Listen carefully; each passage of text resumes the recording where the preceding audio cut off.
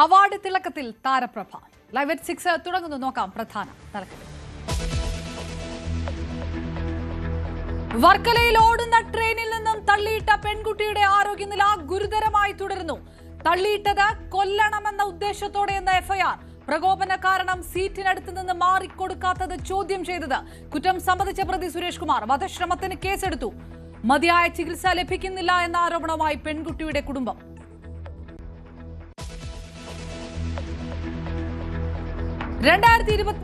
സംസ്ഥാന ചലച്ചിത്ര പുരസ്കാരങ്ങൾ വാരിക്കൂട്ടി മഞ്ഞുമൽ ബോയ്സ്. മികച്ച ചിത്രം, മികച്ച സംവിധായകനടക്കം 10 അവാർഡുകൾ.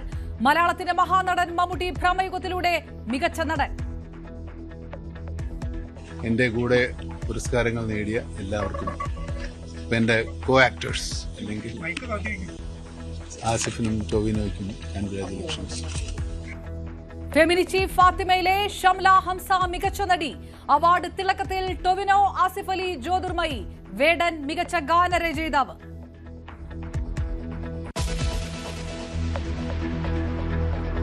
ബീഹാറിൽ നാളെ കൊട്ടിക്കലാശം. 1ാം ഘട്ട വോട്ടെടുപ്പിന്റെ പരസ്യ പ്രചാരണം അവസാനിക്കുന്നു.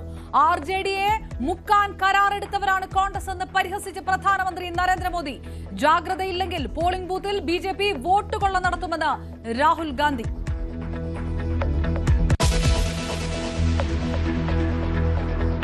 ശബരിമല സ്വർണ്ണമോഷണത്തിൽ മുൻ ദേവസ്വം ബോർഡ് പ്രസിഡന്റ് N. വാസുവിനെ ചോദ്യം ചെയ്ത് പ്രത്യേക അന്വേഷണ സംഘം.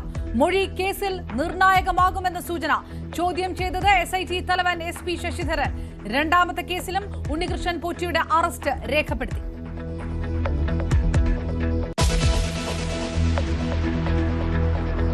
തദ്ദേശ തെരഞ്ഞെടുപ്പ് പ്രഖ്യാപനം വരും മുൻപേ കളത്തിൽ സജീവമായി സ്ഥാനാർത്ഥികൾ. തിരുവനന്തപുരത്തിന് പിന്നാലെ കൊച്ചിയിലെയും കോഴിക്കോട്ടെയും മേയർ സ്ഥാനാർത്ഥികളെ പ്രഖ്യാപിച്ചു കോൺഗ്രസ്. കോഴിക്കോട്ട് PM നിയാസ്, കൊച്ചിയിൽ ദീപ്തി മേരി വർഗീസും മിനിമോൾ ആന്റണിയും നയിക്കും. തലസ്ഥാനത്തെ ഇടത് കോട്ടയ മുട്ടട പിടിക്കാൻ KSU വനിതാ നേതാവ് വൈഷ്ണ സുരേഷ്.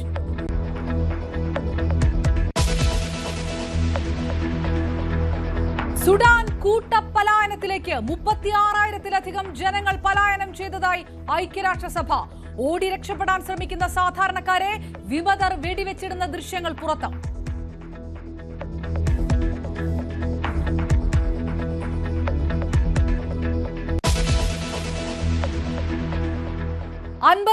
ാമത് കേരള സംസ്ഥാന ചലച്ചിത്ര അവാർഡുകൾ പ്രഖ്യാപിച്ചു. ഭ്രമയുഗം എന്ന ചിത്രത്തിലെ പ്രകടനത്തിന് മമ്മൂട്ടി മികച്ച നടനായി തെരഞ്ഞെടുക്കപ്പെട്ടു. ഫെമിനിച്ചി ഫാത്തിമയിലെ പ്രകടനത്തിന് ഷംല ഹംസ മികച്ച നടിയായി. ഭ്രമയുഗം എന്ന ചിത്രത്തിലെ പ്രകടനത്തിനാണ് മമ്മൂട്ടി മികച്ച നടനായി തെരഞ്ഞെടുക്കപ്പെട്ടത്. രാഹുൽ സദാശിവൻ സംവിധാനം ചെയ്ത ചിത്രത്തിൽ കൊടുമൺ പോറ്റി എന്ന കഥാപാത്രത്തെയായിരുന്നു മമ്മൂട്ടി അവതരിപ്പിച്ചത്. ആസിഫ് അലി, വിജയരാഘവൻ, ടൊവിനോ തോമസ്, സൗബിൻ എന്നിവരെ പിന്തള്ളിയാണ് മമ്മൂട്ടി മികച്ച നടനായത്. മികച്ച നടിയായി ഷംല ഹംസയെ തെരഞ്ഞെടുത്തു. ഫെമിനിച്ചി ഫാത്തിമയിലെ പ്രകടനമാണ് ഷംലയെ അവാർഡിന് അർഹയാക്കിയത്. നടന്ന സംഭവം എന്ന ചിത്രത്തിലെ പ്രകടനത്തിന് ലിജോമോൾ സ്വഭാവ നടിയായി.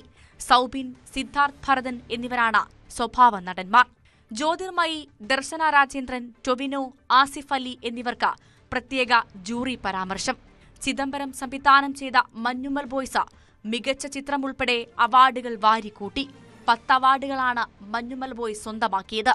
മികച്ച സംവിധായകൻ, മികച്ച സ്വഭാവ നടൻ, മികച്ച ഛായാഗ്രഹകൻ, മികച്ച ഗാനരചയിതാവ്, മികച്ച കലാസംവിധായകൻ, മികച്ച ശബ്ദമിശ്രണം, മികച്ച ശബ്ദരൂപകൽപ്പന, മികച്ച പ്രോസസിംഗ് ലാബ് എന്നിവയും മഞ്ഞുമലിന് സ്വന്തം.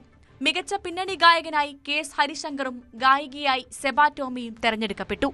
വിയർപ്പ് തുന്നിയിട്ട കുപ്പായം എന്ന മഞ്ഞുമൽ ബോയ്സിലെ ഗാനത്തിന് വരികളെഴുതിയ വേടനെ തേടി മികച്ച ഗാനരചയിതാവിനുള്ള പുരസ്കാരവുമെത്തി.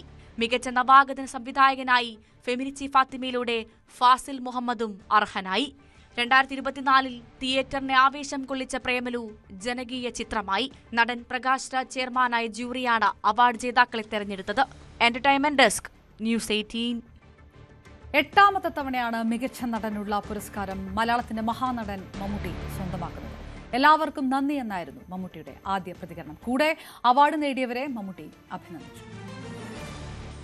എന്റെ കൂടെ പുരസ്കാരങ്ങൾ നേടിയ എല്ലാവർക്കും, എന്റെ കോ ആക്ടേഴ്സ് അല്ലെങ്കിൽ ആസിഫിനും ടൊവിനോയ്ക്കും കൺഗ്രാജുലേഷൻസ്.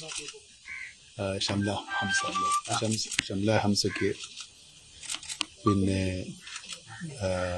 നമ്മുടെ സിദ്ധാർത്ഥ് ഭരതൻ, പിന്നെ അത് മഞ്ഞുമൽ ടീംസ് അല്ലേ. അതിന് ആക്ടർക്ക് അവാർഡ് ഉണ്ട്. ആക്ടർക്ക് അവാർഡ് ഉണ്ട്.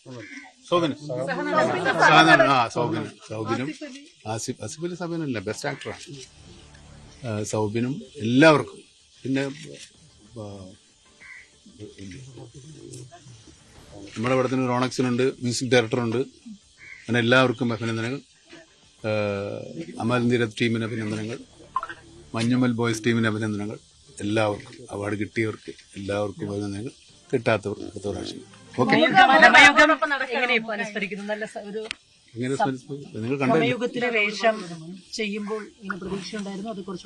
അങ്ങനെ ഇപ്പൊ പ്രതീക്ഷിച്ചിട്ടല്ലോ ചെയ്യുന്നത്. ഇതൊക്കെ സംഭവിക്കുന്നതാണ്. Thank you.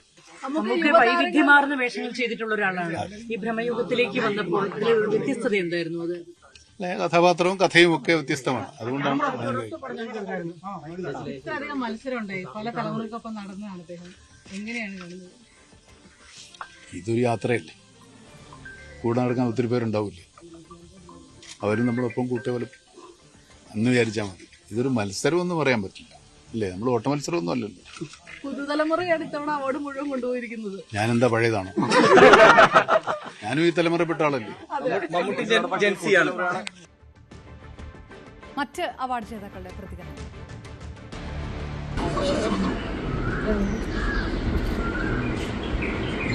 മുന്നോട്ടേക്കുള്ള പെർഫോമൻസിനെ പറ്റി പറയുമ്പോൾ ഈ അവാർഡിനും അപ്പുറത്തേക്കല്ലേ പെർഫോമൻസ് തന്നെ അവർക്ക് ഫോക്കസ്. അതെ അതെ, പെർഫോമൻസിലാണ് തീർച്ചയായിട്ടും. നല്ല സിനിമകൾ, നല്ല കഥകളൊക്കെ വന്നാൽ തീർച്ചയായിട്ടും ചെയ്യണമെന്ന് ആഗ്രഹമുണ്ട്. അപ്പോൾ അതിനുശേഷം ഓഫറുകളൊക്കെ ഇങ്ങനെ വരുന്നുണ്ടോ? വന്നിരുന്നു.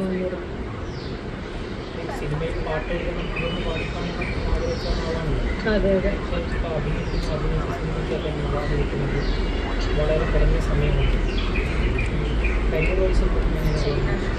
ഞാനിപ്പോഴും തുടക്കക്കാരിയാണ്. ഈ ഒരു അവാർഡ് നമുക്കൊക്കെ ഏറ്റവും വലിയ പ്രചോദനമാണ്. അങ്ങനെയാണ് ഞാൻ എടുക്കുന്നത്. തീർച്ചയായിട്ടും അങ്ങനെയാണ് എടുക്കേണ്ടതെന്നാണ് എനിക്ക് തോന്നുന്നത്. ഇനിയും ഒരുപാട് സിനിമകൾ, നല്ല സിനിമകൾ ചെയ്യണം. പിന്നെ പാട്ട് എഴുതുന്നത് ഒരു ഹോബി ആയിരുന്നു, അത് ഇപ്പോഴും ഇഷ്ടമാണ്. എഴുതാൻ കഴിയുമെങ്കിൽ എഴുതി. ഇല്ല, ഒരുപാട് പാടാറുണ്ട്.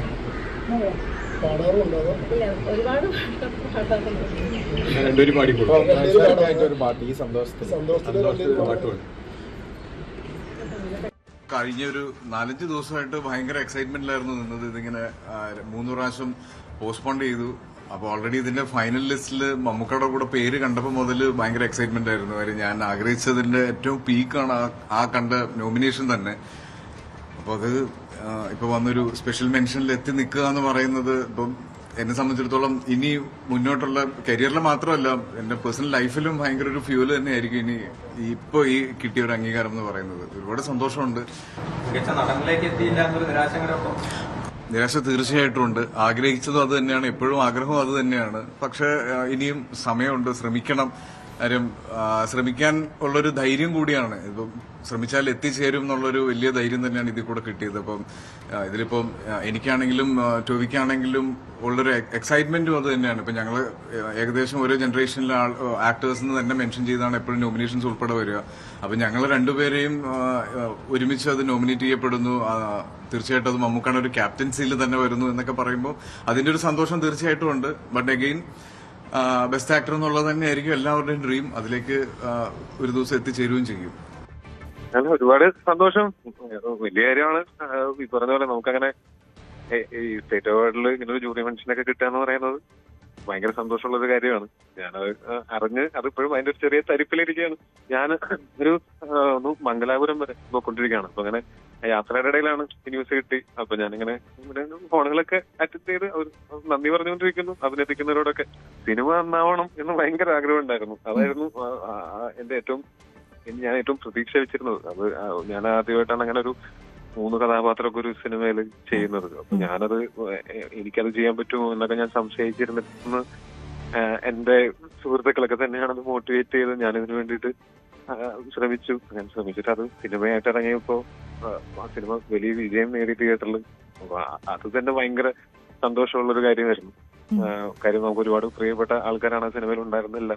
ആ ഷൂട്ടിംഗ് എക്സ്പീരിയൻസ് എന്ന് പറഞ്ഞാൽ ഞങ്ങൾക്ക് അത്ര എളുപ്പത്തിൽ ഷൂട്ട് ചെയ്യാവുന്ന ഒരു സിനിമയൊന്നും ആയിരുന്നില്ല. എല്ലാവരും ഒറ്റക്കെട്ടായിട്ട് അങ്ങനെ നിന്നുകൊണ്ടാണ് ആ സിനിമയും അങ്ങനെ നമുക്ക് നന്നായി വന്നത്.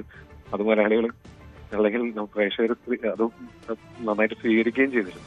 അപ്പൊ അതിന്റെ കൂടെ ഇതും കൂടെ എന്ന് പറയുമ്പോൾ ഇതൊരു ഇരട്ടി മധുരമാണ് തീർച്ചയായിട്ടും. കുറച്ചുണ്ട് 10-അടുത്തുണ്ടെന്ന് തോന്നുന്നു. വളരെ സന്തോഷം. എന്തായാലും അജയനും ഷൈജുവിനും പിന്നെ ബാക്കിയുള്ള എല്ലാ കിട്ടിയിരിക്കുന്ന ബാക്കിയുള്ള ചിത്രങ്ങൾക്കും നല്ല അവാർഡ്സ് തന്നെ കിട്ടിയിരിക്കുന്നത്. ബോഗൻവില്ല, അമലേട്ടനാണെങ്കിലും ജോജി ചേച്ചി കിട്ടിയതൊക്കെ വളരെയധികം സന്തോഷം. ടോവിനോ, പിന്നെ ആസിഫ്, മമ്മൂക്ക, എല്ലാവർക്കും ഫെമിനിസ്റ്റ് മൂവിയിൽ അവരൊക്കെ എല്ലാവരും കിട്ടി വളരെയധികം സന്തോഷം. അതെ അതെ. എനിക്ക് അതാണ് നമ്മള് അങ്ങനെ ഒരു എന്താ പറയാ മഞ്ഞൾ ബോയ്സിലാ അതിൽ വർക്ക് ചെയ്ത എല്ലാവരും ഒരു പ്രയത്നം തന്നെയാണ് ഇതിന് ഇത്രയധികം കിട്ടാനുള്ള അവാർഡ്സ് കിട്ടാനുള്ള കാരണം. പിന്നെ എന്റെ ഇതാണിപ്പോഴും സ്വഭാവം എന്ന് പറഞ്ഞാൽ കിട്ടിയത് വെച്ചിട്ടുണ്ടെങ്കിൽ അത് ശരിക്കും റിയൽ മഞ്ഞൾ ബോയ്സിലെ കുട്ടിയേട്ടനുണ്ടല്ലോ ശ്രീചേട്ടൻ, അത് ശരിക്കും അദ്ദേഹത്തിന് ഞാൻ സമർപ്പിക്കാനാണ് ഈ അവാർഡ്. ഒരുപാട് സന്തോഷം. അല്ലാതെ എന്താ പറയേണ്ടതെന്ന് അറിയില്ല. ഒട്ടും പ്രതീക്ഷിച്ചിട്ടുണ്ടായിരുന്നില്ല. എനിക്ക് നടന്ന സംഭവം കോമ്പറ്റീഷനിൽ ഉണ്ടെന്ന് പോലും അറിയില്ലായിരുന്നു. ഇതിന്റെ തന്നെ പ്രൊഡ്യൂസർ അനൂപേട്ടൻ പറഞ്ഞിരുന്നു.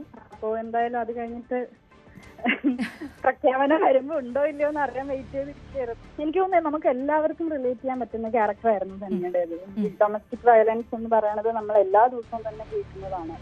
അപ്പം സ്ത്രീകൾക്ക് ഒരുപാട് റിലേറ്റ് ചെയ്യാൻ പറ്റുന്ന ഒരു ക്യാരക്ടറാണ്. അങ്ങനെ എനിക്ക് രാജേഷ് ചേട്ടനും ഇതിന്റെ റൈറ്റർ രാജേഷ് ചേട്ടനും ഡയറക്ടർ വിഷ്ണു ചേട്ടനും കൂടി വന്ന് എൻ്റെ അടുത്ത് കഥ പറയുമ്പോഴും എനിക്ക് ക്യാരക്ടർ മനസ്സിലാക്കാൻ പറ്റുന്നുണ്ടായിരുന്നു. പിന്നെ തീർച്ചയായും ഈ പറഞ്ഞ രണ്ടുപേരുടെയും ഇൻപുട്സും ഉണ്ട്. അങ്ങനെ ചെയ്തതാണ് ധന്യയുടെ ക്യാരക്ടർ. എന്തായാലും ഇപ്പൊ അതിനൊരു അവാർഡ് ലഭിച്ചതിൽ സന്തോഷം. ഒട്ടും പ്രതീക്ഷിച്ചില്ല, പക്ഷെ കിട്ടിയതിൽ സന്തോഷം. Very happy. ഒട്ടും പ്രതീക്ഷിച്ചിരുന്നില്ല. ബട്ട് പാരഡൈസ് പോലത്തെ ഒരു പടത്തിന് ഇങ്ങനത്തെ അക്നോളജ്മെന്റ് കിട്ടുന്നത് ഐ എം റിയലി ഹാപ്പി. ഭയങ്കര സ്പെഷ്യൽ പടമായിരുന്നു എനിക്ക്. ഇങ്ങനെ ഏറ്റവും ഐഡിയൽ സെറ്റിങ്ങിൽ വർക്ക് ചെയ്ത പോലെ തോന്നി. എല്ലാ രീതിയിലും എല്ലാ ഡിപ്പാർട്ട്മെന്റും ബെസ്റ്റ് ആൾക്കാർ വർക്ക് ചെയ്യാൻ പറ്റുന്നതും. ഞാൻ അതിന് മീൻസ് ഈ പടം ഓണായിട്ട് ഞാൻ ഇതിനെപ്പറ്റി കേൾക്കുന്നുണ്ടായിരുന്നു. റോഷനും രാജീവേട്ടനും ഒക്കെ ചെയ്യാൻ പോകുന്നു എന്ന് അറിഞ്ഞിരുന്നു. അപ്പോൾ ലാസ്റ്റ് മെമ്പറായിട്ടാണ് ഞാൻ കയറുന്നത്. And I am really GLAAD because ഭയങ്കര എപ്പോഴും ഫോർ ലൈഫ് ഓർക്കുന്ന ഒരു പ്രോജക്റ്റും എക്സ്പീരിയൻസും ആയിരിക്കും. സന്തോഷമാണ്, വളരെ സന്തോഷമാണ്. ആദ്യത്തെ സിനിമയാണ്. അപ്പൊ അതിന് അവാർഡുകൾ മികച്ച നടിക്ക് നമുക്ക് കിട്ടി. പിന്നെ മികച്ച രണ്ടാമത്തെ സിനിമ സംഘടന അവാർഡ് കിട്ടി. ഞാൻ ആദ്യത്തെ സിനിമ സംഘടന ഒരാളെന്ന രീതിയിൽ എനിക്ക് ഭയങ്കരമായിട്ട് എനിക്ക് മുന്നോട്ട് പോകാനായിട്ട് ഭയങ്കരമായിട്ട് ഇത് വേറെ ഒരുപാട് അവാർഡുകൾ നമുക്ക് കിട്ടിയിട്ടുണ്ടല്ലേ? നമുക്ക് ഇപ്പോൾ 2024 അനൗൺസ് ചെയ്ത മിക്ക അവാർഡുകളും ഫാത്തിമ ഉണ്ടായിട്ടുണ്ട്. ക്രിറ്റിക്സ് അവാർഡ്, പത്മനാഭ പുരസ്കാരം, ദേശീയ അവാർഡ് തുടങ്ങിയ മിക്ക അവാർഡുകളിലും ഫാത്തിമ ഉണ്ടായിട്ടുണ്ട്. സന്തോഷത്തിലാണ്. നമ്മൾ ഇന്നാണ് ഇപ്പൊ അറിഞ്ഞത്. അപ്പോ ഹാപ്പിയാണ്. പിന്നെ മഞ്ഞുമൽ ബോയ്സിന് മാത്രം ഒരുപാട് അവാർഡുണ്ട്, 10-ലധികം അവാർഡുണ്ട്. അപ്പൊ അതിന്റെ ഭാഗമാവാൻ പറ്റിയതിലും ഒക്കെ സന്തോഷത്തിലാണ്. ഇല്ല ഇല്ല ഇല്ല ഒട്ടും പ്രതീക്ഷിക്കാത്തൊരു കാര്യമായിരുന്നു. അങ്ങനെ ആരോടും പ്രതികാരം ചെയ്യാനുള്ള ദേഷ്യമൊന്നും എനിക്ക് ആരോടും ഇല്ല. സന്തോഷത്തിലാണ്. സന്തോഷം എന്ന് പറയുന്ന ഒരു ഇമോഷൻ എങ്ങനെ എനിക്ക് എക്സ്പ്രസ് ചെയ്യേണ്ടത് സത്യത്തിൽ അറിഞ്ഞൂടാ. ഞാൻ അറിഞ്ഞിട്ടും കൂടി ഇല്ല ഇന്നാണ് അത് ഇന്ന് അനൗൺസ് ചെയ്യുന്നതെന്നൊന്നും. ആക്ച്വലി എന്റെ മോളെ കൂട്ടാൻ വേണ്ടി വണ്ടിയിൽ പോയി തിരിച്ചു വരുന്ന വഴിക്ക് ഭാഗ്യ ചേച്ചി വിളിച്ചു, പെട്ടെന്ന് TV വെക്കാൻ വേണ്ടി പറഞ്ഞു. അപ്പൊ ഞാൻ പറഞ്ഞില്ല, ഞാൻ ഡ്രൈവ് ചെയ്തോണ്ടിരിക്കുകയാണ്. പിന്നെ ഓരോരുത്തരെ തിരുത്തര വിളിക്കാൻ തുടങ്ങി. ഒരു ഈവൽ വിച്ചിന്റെ ക്യാരക്ടറാണ് അതിൻ്റെ അകത്ത്. ആക്ച്വലി എന്ത് ടോണാണ് വേണ്ടത് എന്നുള്ളത് ആദ്യമേ ഒന്ന് നോക്കിയിട്ട് തന്നെയാണ് ഫിക്സ് ചെയ്തത്. അപ്പോൾ അത് അങ്ങനെ അവർക്ക് അവരുടെ മുഖത്തിന് മാച്ച് ചെയ്യുന്ന രീതിയിൽ 2 ക്യാരക്ടറിന് വേണ്ടിയിട്ട് ചെയ്തിട്ടുണ്ട്. ഡിഗാമ എന്ന് പറഞ്ഞിട്ട് ലാസ്റ്റിൽ വരുന്ന വില്ലൻ ക്യാരക്ടറും ഉണ്ട്, പിന്നെ ഈ ഈവൽ വിച്ചിന്റെ ക്യാരക്ടറുമാണ് ഞാൻ ചെയ്തത്. അപ്പൊ അങ്ങനെ സന്തോഷം, ഒരുപാട് സന്തോഷം. മറ്റ് വാർത്തകളിലേക്ക്. വർക്കലയിൽ ട്രെയിനിൽ നിന്ന് തള്ളിയിട്ട് ഗുരുതരമായി പരിക്കേറ്റ പെൺകുട്ടിയുടെ ആരോഗ്യനിലയിൽ നേരിയ പുരോഗതി.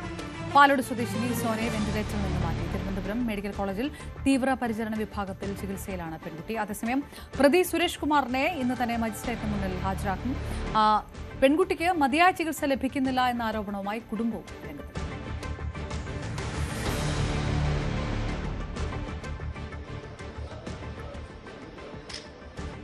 വർക്കലയിൽ കേരള എക്സ്പ്രസിൽ നിന്ന് ഇന്നലെ രാത്രി യാത്രക്കാരൻ അതിക്രമിച്ച് ട്രെയിനിന് പുറത്തേക്ക് ചവിട്ടി തള്ളിയിട്ട 19 വയസ്സുകാരി സോനയുടെ ആരോഗ്യനിലയിൽ നേരിയ പുരോഗതി ഉണ്ടായിട്ടുണ്ട് എന്നാണ് മെഡിക്കൽ കോളേജ് ആശുപത്രി അധികൃതരുടെ ഭാഗത്തുനിന്ന് ഏറ്റവും ഒടുവിൽ പുറത്തുവരുന്ന വിവരം.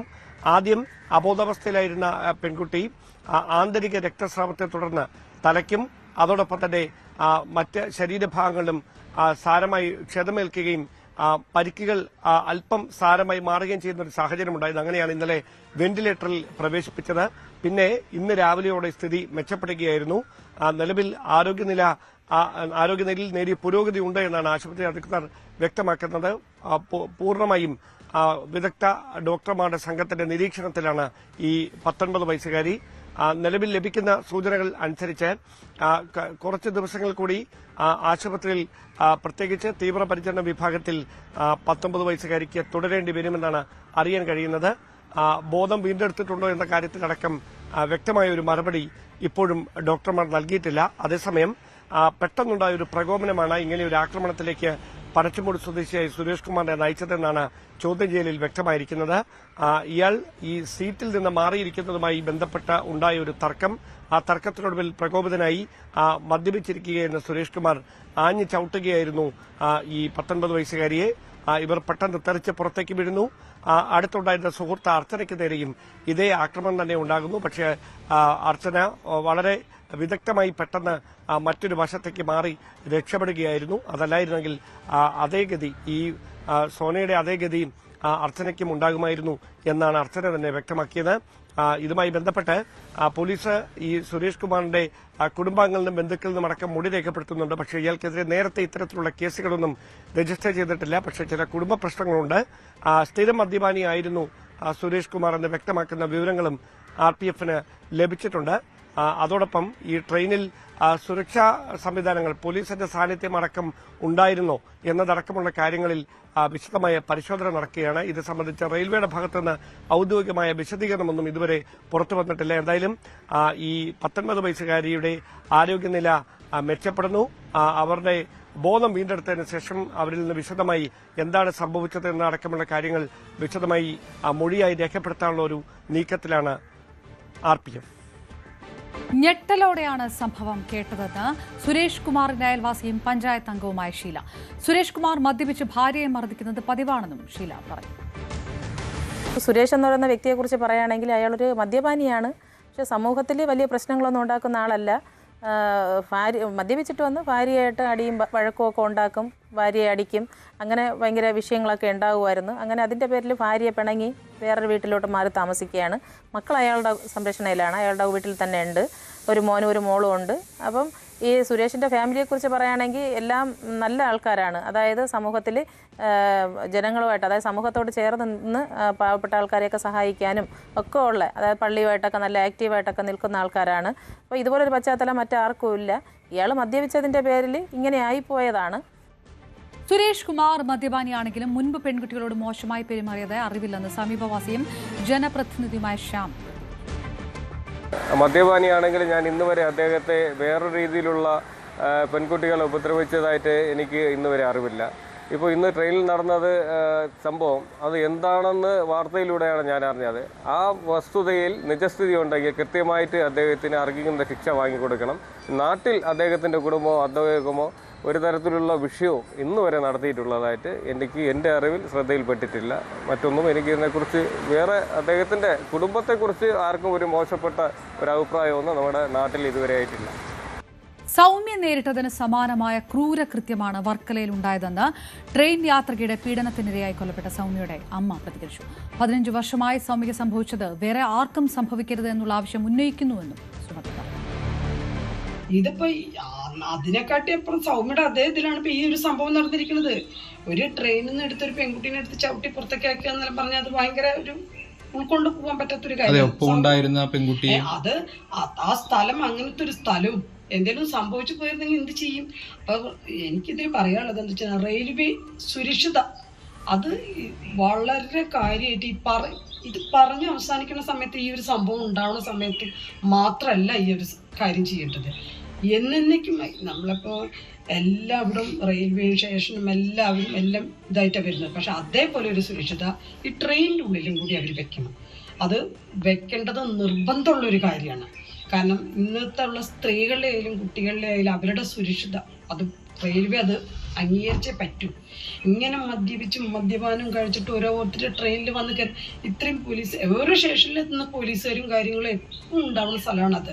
അപ്പം ആ സ്ഥലത്ത് നിന്ന് ഇങ്ങനെ ഒരു അവസ്ഥ വന്നെന്ന് പറയുമ്പോൾ അത് ഒരിക്കലും പറ്റും. ഇതിന് ഇത്രയും വേഗം അതിന് വേണ്ട കാര്യങ്ങൾ ചെയ്തേ പറ്റൂ. ശബരിമല സ്വർണ്ണക്കൊള്ളയിൽ മുൻ ദേവസ്വം ബോർഡ് പ്രസിഡന്റ് എൻ വാസുവിനെ ചോദ്യം ചെയ്ത് പ്രത്യേക അന്വേഷണ സംഘം.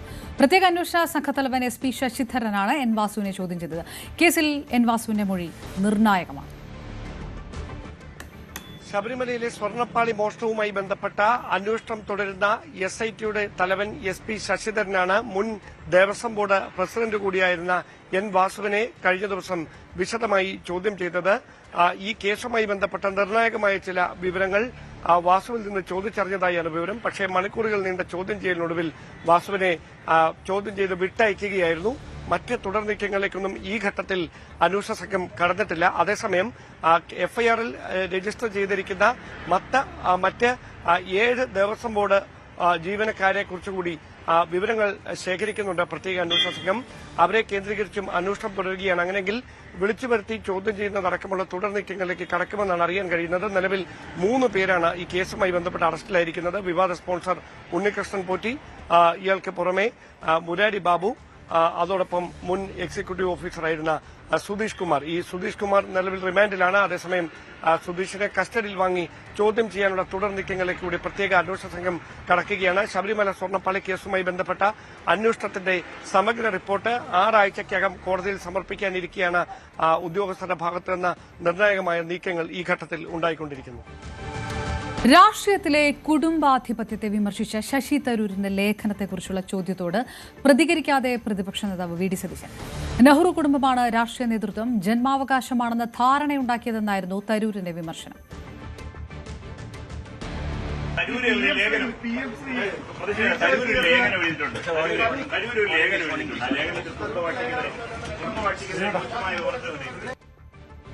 കുടുംബവാഴ്ചയ്ക്ക് പകരം കഴിവിനെ അംഗീകരിക്കേണ്ട സമയം അതിക്രമിച്ചിരിക്കുന്നുവെന്നായിരുന്നു കഴിഞ്ഞ ദിവസം പ്രസിദ്ധീകരിച്ച തരൂരിന്റെ ലേഖനത്തിൽ പറയുന്നത്. നേതാക്കളെ യോഗ്യതയുടെ അടിസ്ഥാനത്തിൽ തെരഞ്ഞെടുക്കുന്ന രീതി വരണം. ഇതിനായി വോട്ടർമാർക്ക് വിദ്യാഭ്യാസം നൽകാനും ശാക്തീകരിക്കാനുമുള്ള കൂട്ടായ പരിശ്രമം ആവശ്യമാണെന്നും കുടുംബവാഴ്ച ഇന്ത്യൻ ജനാധിപത്യത്തിന്റെ ഭീഷണി എന്ന ലേഖനത്തിൽ തരൂർ ചൂണ്ടിക്കാട്ടി. പതിവിന് വ്യത്യസ്തമായി തദ്ദേശ തെരഞ്ഞെടുപ്പിന് നേരത്തെ ഒരുങ്ങാൻ കോൺഗ്രസ്. തിരുവനന്തപുരത്തിന് പിന്നാലെ കോഴിക്കോട്, കൊച്ചി കോർപ്പറേഷനുകളിലും മേയർ സ്ഥാനാർത്ഥിയെ നേരത്തെ തന്നെ നിശ്ചയിച്ചാണ് കോൺഗ്രസ് തന്ത്രം. 5 പതിറ്റാണ്ടായി കോൺഗ്രസ് ഭരിക്കുന്ന കോഴിക്കോട് കോർപ്പറേഷനിൽ ഇത്തവണ അരയും തലയും മുറുക്കിയാണ് UDF അംഗത്തട്ടിലിറങ്ങുന്നത്. കൌൺസിലിലെ അംഗബലം 18-ൽ നിന്നും 35 ഉയർത്തുകയാണ് ആദ്യ ലക്ഷ്യം. നഗരവികസനം, മാലിന്യ നിർമ്മാർജ്ജനം, കല്ലുത്താൻകടവ് മാർക്കറ്റ് വിഷയം എന്നിവയിലൂന്നി സമഗ്രമായ പ്രതിഷേധവും നടന്നുവരികയാണ്. മുൻകാലങ്ങളിൽ നിന്ന് വിഭിന്നമായി സ്ഥാനാർത്ഥികളെ നേരത്തെ പ്രഖ്യാപിച്ച് മത്സരത്തിനിറങ്ങാനാണ് കോൺഗ്രസ് തീരുമാനം. ഒപ്പം KPCC സെക്രട്ടറി PM നിയാസിനെ മേയർ സ്ഥാനാർത്ഥിയായി ഉയർത്തിക്കാട്ടിയാവും കോൺഗ്രസ് പോരാട്ടത്തിനിറങ്ങുക. കോഴിക്കോടിന്റെ രാഷ്ട്രീയ ചരിത്രം കോൺഗ്രസിനും UDFനും അത്ര പ്രതീക്ഷിക്കാവുന്നതല്ല. പക്ഷേ ഇത്തവണ തന്ത്രം മാറ്റിപ്പിടിക്കുന്നുവെന്നതാണ് കോൺഗ്രസ് രീതി. തിരുവനന്തപുരത്തിന് സമാനമായി KPCC സംസ്ഥാന നേതൃത്വത്തിന്റെ ഭാഗമായ നേതാവിനെ മേയർ സ്ഥാനത്തേക്ക് മുൻനിർത്തിയാണ് നീക്കം. അടുത്തിടെ കോൺഗ്രസ് ഏറ്റവും അധികം സമരപരമ്പരകൾ നടത്തിയത് കോഴിക്കോട് കേന്ദ്രീകരിച്ചാണ്. പ്രാദേശിക വിഷയങ്ങൾക്കപ്പുറം ഈ രാഷ്ട്രീയ നീക്കങ്ങളും വോട്ടാക്കുകയാണ് തന്ത്രം. സമീപകാല തെരഞ്ഞെടുപ്പുകളിലൊന്നും കോഴിക്കോട് ജില്ലയിൽ നിന്ന് കോൺഗ്രസിന് നിയമസഭാംഗങ്ങൾ ഉണ്ടായിട്ടില്ല.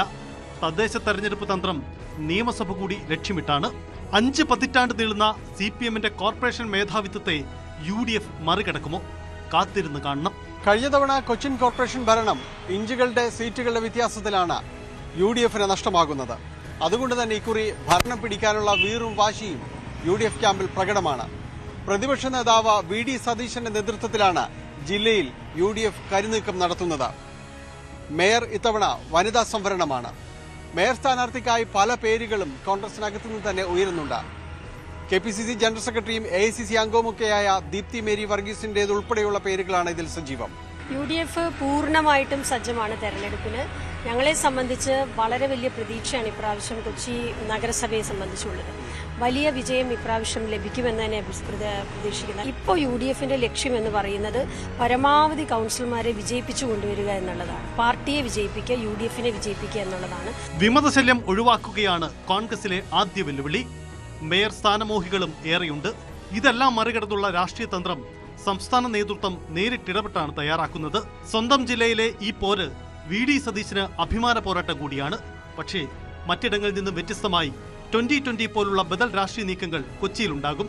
ഇതിന്റെ വെല്ലുവിളി ഏറ്റവും അധികം നേരിടുക കോൺഗ്രസ് തന്നെയാവും. കോർപ്പറേഷൻ ഭരണം നിലനിർത്താൻ അരയും തലയും മുറുക്കിയുള്ള CPM നീക്കത്തെ കോൺഗ്രസ് മറികടക്കുമോ? പോരാട്ടം കനക്കും. News bureau, news 8. പാർട്ടി തീരുമാനം സന്തോഷത്തോടെ സ്വീകരിക്കുന്നുവെന്ന് KS ശബരിനാഥൻ.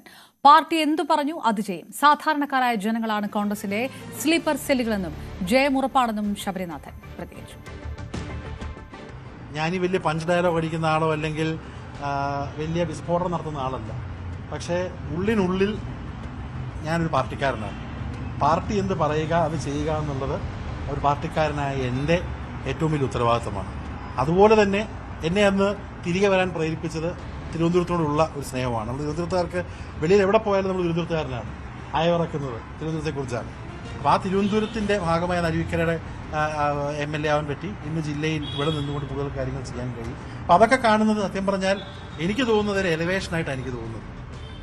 തിരുവനന്തപുരം നഗരസഭയിലെ മുട്ടട വാർഡ് പിടിക്കാൻ 24 വയസ്സുള്ള KSU നേതാവിനെ ഇറക്കുകയാണ് കോൺഗ്രസ്. നിയമ വിദ്യാർത്ഥിനിയായ വൈഷ്ണ സുരേഷ് പ്രചാരണം തുടങ്ങി.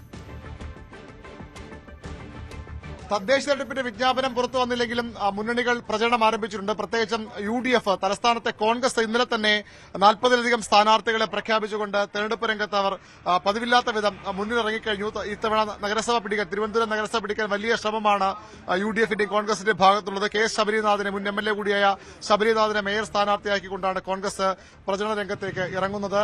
ഏറ്റവും പ്രായം കുറഞ്ഞ ഈ പട്ടികയിൽ ഏറ്റവും പ്രായം കുറഞ്ഞ സ്ഥാനാർത്ഥി മുട്ടട വാർഡിൽ കോൺഗ്രസ് രംഗത്തിറക്കുന്ന വൈഷ്ണ സുരേഷാണ്. വൈഷ്ണ ഇതിനകം ഇന്നലെ തന്നെ പ്രചരണം ആരംഭിച്ചു കഴിഞ്ഞു. നേരത്തെ ഒരു സൂചന പാർട്ടിയിൽ നിന്ന് കിട്ടിയിരുന്നോ മത്സരിക്കേണ്ടി വരുമെന്നോ അങ്ങനെ എന്തെങ്കിലും? ഇല്ല, അങ്ങനെ സൂചനയായിട്ടില്ല. നിങ്ങൾക്ക് ഒരു പാർട്ടി സിസ്റ്റം അറിയായിരിക്കുമല്ലോ. കാരണം കോർ കമ്മിറ്റി എന്നൊക്കെ പേര് പോയതിനു ശേഷമാണ് ഇത് വരുന്നത്. അപ്പം നാട്ടിലുള്ള നമ്മളെ പ്രാദേശികമായിട്ടുള്ള ആൾക്കാരെല്ലാവരും തന്നെ മത്സരിക്കണം എന്നുള്ളത് ആവശ്യപ്പെട്ടിരുന്നു. അപ്പോൾ പിന്നെ അങ്ങനെ പേര് പോയി വന്നതാണ്. ഒന്ന് വൈഷ്ണവത്തിന് പരിചയപ്പെടുത്തു. കാരണം മാധ്യമപ്രവർത്തകർക്ക് വൈഷ്ണവ അറിയാമെങ്കിലും കുറച്ച് ആളുകൾക്ക് കൂടി പരിചയപ്പെടാൻ വേണ്ടി ഒന്ന് പറയൂ. എന്റെ പേര് വൈഷ്ണവ സുരേഷ് എന്നാണ്. ഞാൻ നിലവിൽ KSU തിരുവനന്തപുരം ജില്ലാ വൈസ് പ്രസിഡന്റ് ആണ്. ഇപ്പോൾ ചെയ്യുന്നത് വെച്ചാൽ അക്കാഡമിയിൽ LLB ചെയ്യുന്നുണ്ട്. ഞാൻ സർക്കാർ വനിതാ കലാലയത്തിൽ നിന്ന് വഴുതക്കാടുള്ള ഗവൺമെന്റ് വിമൻസ് കോളേജിൽ നിന്ന് ഡിഗ്രി പഠനം കഴിഞ്ഞു. പ്രസ് ക്ലബ്ബിൽ ജേർണലിസം ചെയ്തു. അത് കഴിഞ്ഞിപ്പോൾ LLB ചെയ്യുന്നുണ്ട് ലോ അക്കാഡമിയിൽ. പിന്നെ ടെക്നോ പാർക്കിൽ വർക്കിംഗും ആണ്. അപ്പോൾ ഇതെല്ലാം തൽക്കാലത്തേക്ക് മാറ്റി വെച്ചിട്ട് ജനങ്ങളോടൊപ്പം നിൽക്കാൻ വേണ്ടി ഇറങ്ങിയിരിക്കുകയാണ്. ഈ മുട്ടട തന്നെയാണ് സ്വദേശവും മുട്ടടയാണ്. ഇത്തരത്തിൽ എന്താണ് ഈ ഒരു പുതിയ സ്ഥാനാർത്ഥി? കാരണം 24 വയസ്സേ വൈഷ്ണയ്ക്കുള്ളൂ. അതാണ് ഈ പട്ടികയിൽ ഏറ്റവും പ്രധാനപ്പെട്ട കാര്യം. ഈ പട്ടികയിൽ പ്രഖ്യാപിച്ച ഏറ്റവും പ്രായം കുറഞ്ഞ കാൻഡിഡേറ്റ് കൂടിയാണ്. കഴിഞ്ഞ തവണ CPM അങ്ങനെയൊക്കെ ഒരുപാട് പുതുമുഖങ്ങളെ യുവാക്കളെ കൊണ്ടുവന്നിരുന്നു. ആ ഒരു മാതൃകയിലേക്ക് കോൺഗ്രസ് വരികയാണ്. ഗുണം ചെയ്യുമോ ഇത്? തീർച്ചയായും നിങ്ങൾക്ക് സ്ഥാനാർത്ഥി പട്ടിക നോക്കുമ്പോൾ തന്നെ അറിയാം. കാരണം ശബരിചേട്ടൻ ഉൾപ്പെടെ വരുന്ന ഒരു സ്ഥാനാർത്ഥി പട്ടികയിൽ പേര് വരിക എന്നുള്ളത് തന്നെ എന്റെ ജീവിതത്തിൽ ഏറ്റവും വലിയൊരു ഭാഗ്യമാണ്. മാത്രമല്ല ഇപ്പോൾ യുവാക്കളെ അല്ലെങ്കിൽ യുവതലമുറയിലെ ആൾക്കാർക്ക് കൂടുതൽ പ്രാധാന്യം കൊടുത്തുകൊണ്ടുള്ള ഒരു സ്ഥാനാർത്ഥി പട്ടികയായിരുന്നു ഇന്നലെ വന്നത്. തിരുവനന്തപുരം നഗരസഭ തിരിച്ചു പിടിക്കാൻ വേണ്ടി UDF ഒന്നടങ്കം ഇറങ്ങി നിൽക്കുകയാണെന്ന് തന്നെ പറയേണ്ടി വരും. മുട്ടട വാർഡിനെ സംബന്ധിച്ചിടത്തോളം നമ്മൾ എല്ലാവരും ഒരുമിച്ചുണ്ട്. ഒരു വ്യത്യാസങ്ങളും ഇല്ലാതെ എല്ലാവരും ഒരുമിച്ച് ഇറങ്ങിയിരിക്കുകയാണ്. എന്തായാലും ഇത്തവണ മുട്ടട വാർഡ് കോൺഗ്രസ് UDF പിടിച്ചിരിക്കും. എന്താണ് മുട്ടടയുടെ ഒരു അടിയന്തര ആവശ്യങ്ങൾ? ഇവിടെ ജീവിക്കുന്ന ആളുടെ തന്നെ അറിയാൻ പറ്റും. എന്താണ് മുട്ടടയ്ക്ക് ഇല്ലാത്ത കുറവെന്താണ് മുട്ട? കാരണം കഴിഞ്ഞ കുറേ നാളുകളായി ഇവിടെ CPMന്റെ കൌൺസിലർമാരാണ് ജയിച്ചു വരാറുള്ളത്.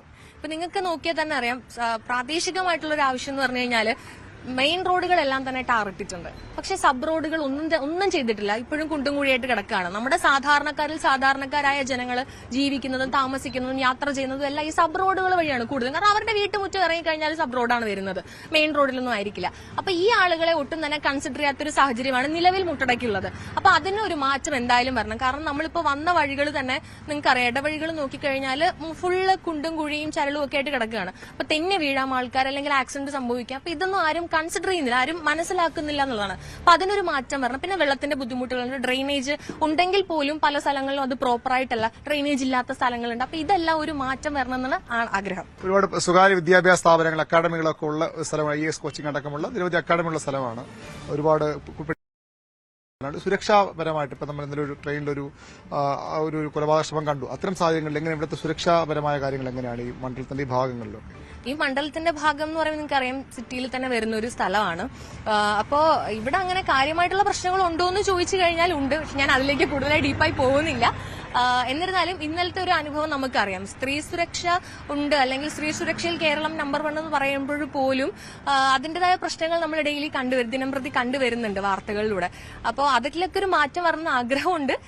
അതിനുവേണ്ടി എന്റെ വാർഡിൽ ഞാൻ ജയിക്കുകയാണെന്നുണ്ടെങ്കിൽ അതിനുവേണ്ടി എന്തായാലും നമ്മൾ വേണ്ട കാര്യങ്ങൾ ചെയ്യും. സാധാരണക്കാർക്കായിരിക്കും കൂടുതൽ നമ്മളെ വിശ്വസിക്കാൻ പറ്റുന്നത്. ബിജെപിയുടെയും CPM സ്ഥാനാർത്ഥി വന്നിട്ടില്ല, എതിരാളികളെ വെയിറ്റ് ചെയ്തിരിക്കുകയാണ് അല്ലേ? അതെ, അവരുടെ സ്ഥാനാർത്ഥി പട്ടിക ഇറങ്ങിയിട്ടില്ല. നമ്മൾ അങ്ങനെ നോക്കുന്നില്ല. നമുക്ക് ആൾക്കാരിലേക്ക് കൂടുതൽ എത്താൻ പറ്റുന്ന തരത്തിലേക്കാണ് നമ്മുടെ മൂവ്മെന്റ്. അതുതന്നെയാണ് പരമാവധി ആളുകളെ നേരിട്ട് കാണാൻ ഇനി സമയമുണ്ട്. 1 മാസത്തോളം ഉണ്ട് തെരഞ്ഞെടുപ്പിന്. വൈഷ്ണ തെരഞ്ഞെടുപ്പ് പ്രചരണത്തിലാണ്. ജോലി ഒരുപക്ഷെ കുറച്ച് ദിവസത്തേക്ക് മാറ്റി വയ്ക്കേണ്ടി വരും. ജോലി ചെയ്യുന്നു, അതിനൊപ്പം പഠിക്കുന്നു, ജേർണലിസവും പഠിച്ചിട്ടുണ്ടെന്ന് പറയുന്നു. ഏതായാലും അത്തരത്തിൽ നിയമവും ജേർണലിസവും ഒക്കെ പഠിച്ച് ജോലി ചെയ്യുന്ന ഒരു പെൺകുട്ടിയാണ്. അതുകൊണ്ട് തന്നെ ആളുകളെ വളരെ വേഗം കണ്ട് അവരിലേക്ക് എത്താനുള്ള ശ്രമത്തിലാണ് വൈഷ്ണയുള്ളത്. ഏതായാലും തെരഞ്ഞെടുപ്പ് പ്രചരണരംഗത്ത് സജീവമായി കഴിഞ്ഞു UDF, കോൺഗ്രസ്. പ്രത്യേകിച്ചും ഈ മുട്ടട വാർഡിൽ തിരിച്ചുപിടിക്കാൻ, വാർഡ് ദീർഘനാൾ ശേഷം തിരിച്ചുപിടിക്കാനാണ് വൈഷ്ണയുടെയും കോൺഗ്രസിന്റെയും ശ്രമം. ഔദ്യോഗിക പ്രഖ്യാപനം വരുന്നതിന് മുൻപേ മലപ്പുറത്തെ പല വനിതാ സ്ഥാനാർത്ഥികളും പ്രചാരണ രംഗത്ത് സജീവമായി കഴിഞ്ഞു. അങ്ങാടിപ്പുറം 20ാം വാർഡായ പുത്തനങ്ങാടിയിലെ സ്ഥാനാർത്ഥി C. ഹാജിറ ഹുസൈൻ വാർഡ് നിലനിർത്താനാകുമെന്ന ആത്മവിശ്വാസത്തിലാണ് ഈ പോരാട്ട രംഗത്തുള്ളത്. തദ്ദേശ തെരഞ്ഞെടുപ്പ് പ്രഖ്യാപിക്കുന്നതിന് മുൻപേ പലയിടത്തും തെരഞ്ഞെടുപ്പ് പ്രചരണം ചൂടുപിടിച്ചു കഴിഞ്ഞിരിക്കുന്നു. നമ്മൾ നിൽക്കുന്നത് അങ്ങാടിപ്പുറം പഞ്ചായത്തിലാണ്. പഞ്ചായത്തിലെ 20ാം വാർഡിൽ പുത്തനങ്ങാടിയിലാണ് നിൽക്കുന്നത്. ഇവിടെ ഹാജിറ ഹുസൈൻ ചോലയിലാണ് ഇത്തവണത്തെ ഇവിടുത്തെ സ്ഥാനാർത്ഥി. കഴിഞ്ഞ ദിവസമാണ് അവരുടെ സ്ഥാനാർത്ഥിത്വം പ്രഖ്യാപിച്ചത്. ഇപ്പോൾ ആദ്യത്തെ പ്രചരണത്തിൻ്റെ സമയത്താണ് അവരുടെ കൂടെ മുൻ മെമ്പർ, അതായത് ഇപ്പോഴത്തെ മെമ്പറായിട്ടുള്ള അൻവറും കൂടെയുണ്ട്. എന്താണ് ഇത്തവണത്തെ ഒരു പ്രതീക്ഷയൊക്കെ? പ്രതീക്ഷ ഭൂരിപക്ഷത്തിൽ വിജയിക്കും തന്നെ. കഴിഞ്ഞ പ്രാവശ്യത്തെ ഭരണസമിതി നമ്മളെ ജനങ്ങൾക്കും വാർഡിനും രാഷ്ട്രീയം നോക്കാതെ എല്ലാ വികസനവും കൊണ്ടുവന്നതാണ്. അതേപോലെ തന്നെ നമ്മളിവിടുത്തെ വാർഡ് മെമ്പറാണ്. ഏറ്റവും കൂടുതൽ ഭൂരിപക്ഷത്തിൽ വിജയിച്ചും ചെയ്തിട്ടുണ്ട്. വികസനം നല്ലവണ്ണം കൊടുന്ന് കാഴ്ചവെച്ച ഒരാളാണ് അൻവർ സാദത്ത്. അതേപോലെ കൂടുതൽ അതിൻ്റെ തുടർച്ചയായിട്ട് പോകണമെന്നാണ് എൻ്റെ സിറ്റിംഗ് സീറ്റ് ആയതുകൊണ്ട് വേറെ ആശങ്കകളൊന്നുമില്ല അല്ലേ? ഇല്ല, അങ്ങനത്തെ ഇല്ല. കഴിഞ്ഞ പ്രാവശ്യം അതിൻ്റെ മുമ്പ് ഉണ്ടായത് കഴിഞ്ഞ 15 മുതൽ 20 വരെയല്ലേ മെമ്പറായിരുന്നതാണ്. അതുകൊണ്ട് പ്രശ്നമൊന്നുമില്ല. എങ്ങനെയാണ് നേരത്തെ തന്നെ സ്ഥാനാർത്ഥികൾ പ്രഖ്യാപിക്കാനുള്ള കാരണം എന്താ? ഈ വാർഡ് UDFന്റെ സിറ്റിംഗ് സീറ്റാണ്. പിന്നെ കഴിഞ്ഞ 5 വർഷക്കാലം അതിനു മുൻപും ഈ വാർഡിൽ വളരെയധികം വികസനങ്ങൾ നടത്തിയിട്ടുണ്ട്. നമ്മൾ വികസന പ്രവർത്തനങ്ങൾ എല്ലാ വാർഡിൻ്റെ എല്ലാ മുക്കുമൂലകളിലും തൊട്ടറിഞ്ഞ വികസനമാണ് നടത്തിയിട്ടുള്ളത്. അതുപോലെ പഞ്ചായത്തിലുള്ള ആനുകൂല്യങ്ങളും വ്യക്തിഗത ആനുകൂല്യങ്ങൾ, ബ്ലോക്ക് പഞ്ചായത്ത്, ജില്ലാ പഞ്ചായത്ത്, MLA തുടങ്ങിയ എല്ലാവിധ വിഭാഗങ്ങളെയും കോർത്തിണക്കി ഈ വാർഡിൽ പരമാവധി വികസനം നമ്മൾ എത്തിച്ചിട്ടുണ്ട്. അത് ഈ വാർഡിലെ ജനങ്ങൾ അതിൽ സംതൃപ്തരാണ്. അവർ അടുത്ത ഒരു മെമ്പറെ ഹാജിറ ഹുസൈനെ വൻ ഭൂരിപക്ഷത്തിൽ വിജയിപ്പിക്കുമെന്ന് തന്നെയാണ് എൻ്റെ വിശ്വാസം. ഞങ്ങളെല്ലാം വിശ്വാസം അതാണ്. നമുക്കറിയാം, വികസനം ഒരു തുടർ പ്രക്രിയയാണ്. വികസനം ഒരിക്കലും അവസാനിക്കുന്നില്ല. വികസനം എത്ര നടന്നാലും അതിൻ്റെ തുടർച്ച ആവശ്യമാണ്. അതിന് തികച്ചും പരിചയസമ്പന്നയായൊരു മെമ്പറാണ് ഹാജിറ ഹുസൈൻ. എനിക്ക് മുമ്പ് 5 വർഷക്കാലം വളരെ നല്ല രീതിയിൽ വാർഡ് നയിച്ച ആളാണ്. ആ നിലക്ക് അവർക്ക് എല്ലാവിധ വിജയാശംസകളും നേർന്നുകൊണ്ട് വേറെ പേരുകളൊന്നും ചർച്ചയിൽ വന്നില്ല. നമ്മൾ ഏകകണ്ഠമായി തീരുമാനിച്ചതാണ്. ഈ വാർഡിലെ മുൻ മെമ്പർ എന്ന നിലയ്ക്ക്, വനിതാ സ്ഥാനാർത്ഥി എന്ന നിലയ്ക്ക് നമ്മൾ വേറെ ആരെയും അന്വേഷിച്ചിട്ടില്ല. നമ്മളെല്ലാവരും ഐക്യകണ്ഠേന UDF തിരഞ്ഞെടുത്ത ഒരു മെമ്പറെ തന്നെയാണ് അവർ. ഈ വീടുകളിലേക്കൊക്കെ പരിചയമുള്ള സ്ഥലമായതുകൊണ്ട് വേറെ എല്ലാവരും കൂടുതൽ പരിചയപ്പെടുത്തേണ്ട ആവശ്യമില്ല. ഇല്ല, ആവശ്യമൊന്നുമില്ല. എല്ലാവരും ഒറ്റക്കെട്ടായിട്ട് അവർ നിന്ന് വോട്ട് തരും എന്നാണ് പ്രതീക്ഷ. നേരത്തെ തന്നെ പ്രചരണത്തിന് ഇറങ്ങാൻ പറ്റുന്നതിൻ്റെ ഒരു ആത്മവിശ്വാസം ഉണ്ടല്ലോ? ഓക്കെ, ആത്മവിശ്വാസമുണ്ട്. ഫ്ലക്സൊക്കെ അടിച്ചോ? ഫ്ലക്സും ഫോട്ടോസും ഔദ്യോഗികമായാണെങ്കിൽ അതിനു മുമ്പ് പര്യടനം തുടങ്ങിയിട്ടുള്ളൂ. ഇപ്പൊ ആദ്യമായിട്ടാണ് തുടങ്ങുന്നത്. ഇന്നലെ രാത്രിയാണ് പ്രഖ്യാപനം പ്രഖ്യാപിച്ചത്. UDFന്റെ ഉരുക്ക് കോട്ടയാണെന്ന് ഒരിക്കൽ കൂടി തെളിയിക്കാനുള്ള തയ്യാറെടുപ്പിലാണ് മുൻ മെമ്പർ കൂടിയായ നമ്മുടെ ഹാജിറ ഹുസൈൻ. എന്താണെങ്കിലും ഇവിടെ ഇവരെല്ലാം തന്നെ തയ്യാറായി കഴിഞ്ഞിരിക്കുന്നു. പ്രഖ്യാപനം വരുന്നതിന് മുമ്പേ പ്രചരണം തുടങ്ങിക്കഴിഞ്ഞിരിക്കുന്നു. നിലവിലെ ഈ സീറ്റ് നിലനിർത്താനും കഴിയും, ഒപ്പം തന്നെ പഞ്ചായത്തിലെ ഭരണം നിലനിർത്താൻ കഴിയുന്ന പ്രതീക്ഷയാണ് UDF പങ്കുവയ്ക്കുന്നത്. അഖിൽ ഓട്ടുവാർക്കൊപ്പം CB അനുമോദ്, ന്യൂസ് 18. SIR-ൽ സർക്കാർ വിളിച്ച സർവകക്ഷി യോഗവുമായി കോൺഗ്രസ് സഹകരിക്കുമെന്ന് പ്രതിപക്ഷ നേതാവ് VD സതീശൻ. SIR സത്യസന്ധവും നീതിപൂർവവുമായി നടപ്പാക്കുന്നുവെന്ന് ഉറപ്പുവരുത്തണമെന്നും സതീശൻ ആവശ്യപ്പെട്ടു. അല്ല, അത് നടത്തുമെന്ന് ഇലക്ഷൻ കമ്മീഷൻ പ്രഖ്യാപിച്ചിരിക്കുന്ന സാഹചര്യത്തിൽ അത് സത്യസന്ധവും നീതിപൂർവമായ തരത്തിൽ അത് നടപ്പാക്കുമെന്ന് ഉറപ്പുവരുത്തണം. ഇപ്പോൾ ഓൾ പാർട്ടി മീറ്റിംഗ് വിളിച്ചിട്ടുണ്ട്, ഗവൺമെന്റ് വിളിച്ചിട്ടുണ്ട്, ഞങ്ങൾ അതുമായിട്ട് സഹകരിക്കും. എന്നിട്ട് ഗവൺമെന്റ് കൂടി ഇക്കാര്യം ഉറപ്പുവരുത്തുന്നതിന് വേണ്ടി സംസ്ഥാനത്തെ BJP ഒഴിച്ചുള്ള രാഷ്ട്രീയ കക്ഷികളും സ്റ്റേറ്റ് ഇലക്ടറൽ ഓഫീസറും അവിടെ അറിയിച്ചു ഈ സമയത്ത് ഇത് ചെയ്യരുത്. എന്നിട്ടും അവർ മനഃപൂർവ്വം നടത്തുവാണ്. സത്യത്തിൽ രാഷ്ട്രീയ പ്രവർത്തകരാണ് ജനങ്ങളെ സഹായിക്കുന്നത്. ഈ സമയത്ത് അവര് പ്രാദേശിക തെരഞ്ഞെടുപ്പുമായി നടക്കുന്ന ഒരു സമയത്ത് ഇത് അടിച്ചേൽപ്പിക്കുക എന്ന് പറയുന്നത് ഒരു ശരിയായ നടപടിയല്ല. അതായത് സത്യസന്ധവും നീതിപൂർവമായ തെരഞ്ഞെടുപ്പാണ് ഒരു ജനാധിപത്യ പ്രക്രിയയിലെ ഏറ്റവും വലിയ മുഖമുദ്ര. അത് ഇല്ലാതാക്കാനാണ് ഒരു ശ്രമിക്കുക. മറ്റു വാർത്തകൾക്ക് മുൻപ് ഇടവേള.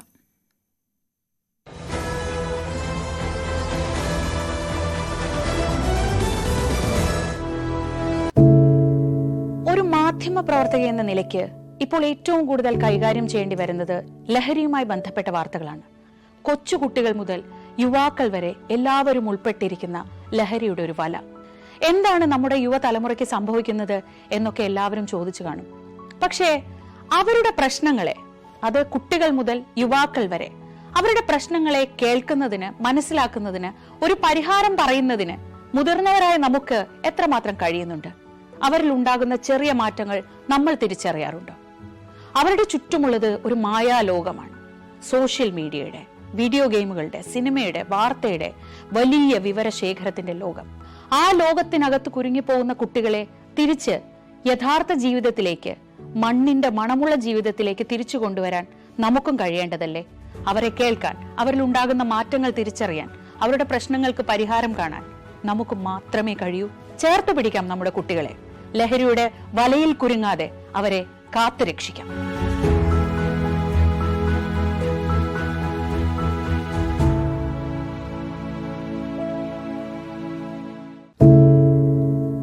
എന്തുപറ്റി നമ്മുടെ നാടിന് എന്ന് ചോദിച്ചു പോകുന്ന കാര്യങ്ങളാണ് ഇപ്പോൾ സംഭവിക്കുന്നത്. എന്തൊക്കെയാണ് നമ്മുടെ യുവതലമുറ തെരുവുകളിൽ കാട്ടിക്കൂട്ടുന്നത്? കൊല്ലാൻ പോലും മടികാട്ടാത്ത ഇവർ സ്വബോധത്താൽ ഇങ്ങനെയൊന്നും ചെയ്യില്ല. നാടിന്റെ അഭിമാനമായി വളരേണ്ട യുവത്വത്തെ ഇങ്ങനെ പോകാൻ അനുവദിച്ചുകൂടാ. നമ്മൾ ഓരോരുത്തരും മാതാപിതാക്കൾ കൂടിയാണ്. നേർവഴിക്ക് നടത്താൻ, തെറ്റുകൾ പറഞ്ഞു മനസ്സിലാക്കാൻ നമുക്ക് കഴിയണം. ഇപ്പോഴത്തെ അക്രമ സംഭവങ്ങളിൽ 99% ലഹരിയുടെ, പ്രത്യേകിച്ച് ഗുരുതരമായ ആരോഗ്യ പ്രശ്നങ്ങളിലേക്ക് കൊണ്ടുവന്നെത്തിക്കുന്ന ഡ്രഗ്സിന്റെ ഉപയോഗമുണ്ടെന്ന് മനസ്സിലാക്കിയിട്ടുണ്ട്. ഇത് നിസ്സാരമല്ല. കണ്ടില്ലെന്ന് നടിക്കാൻ ആർക്കുമാവില്ല. ജീവിതം ഒട്ടേറെ ബാക്കിയുണ്ടെന്ന് യുവതലമുറ മനസ്സിലാക്കണം. സ്നേഹിക്കാൻ, സർഗാത്മകത, ലഹരിയുടെ സഹായമില്ലാതെ വളർത്താൻ അവർക്ക് കഴിയണം. നിയമത്തിന്റെ ശക്തി അവരെ ബോധ്യപ്പെടുത്തണം. Say no to drugs, a big yes to life.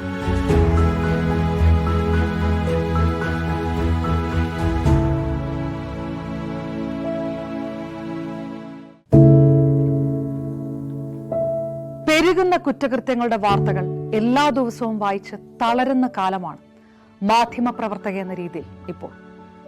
അതിൽ മിക്കതിലും കാരണം ലഹരിയാണെന്നും പ്രതികളാകുന്നതും ഇരകളാകുന്നതും പുതിയ തലമുറയിലെ കുട്ടികളാണെന്ന് കൂടി പറയേണ്ടി വരുമ്പോൾ രക്ഷാകർത്താവ് എന്ന നിലയിൽ സമാധാനം പോലും കെട്ടുപോകുന്ന സമയമാണ്. ആരെയാണ് തിരുത്തുക? ആരെയാണ് നന്നാക്കുക?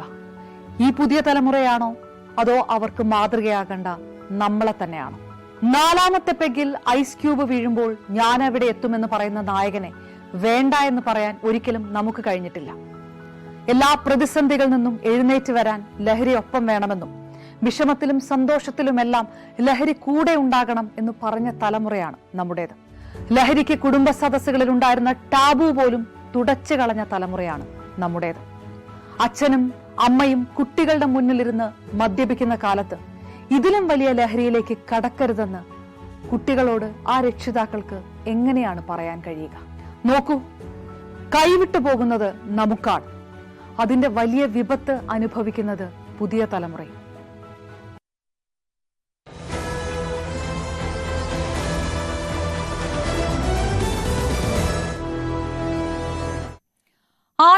ചേർത്തലയിൽ അസ്ഥികൂടം കണ്ടെത്തി. ചേർത്തല റെയിൽവേ സ്റ്റേഷന് സമീപം കാട് പിടിച്ച സ്ഥലത്താണ് ദ്രവിച്ച നിലയിലുള്ള ശരീരഭാഗങ്ങൾ കണ്ടെത്തിയത്.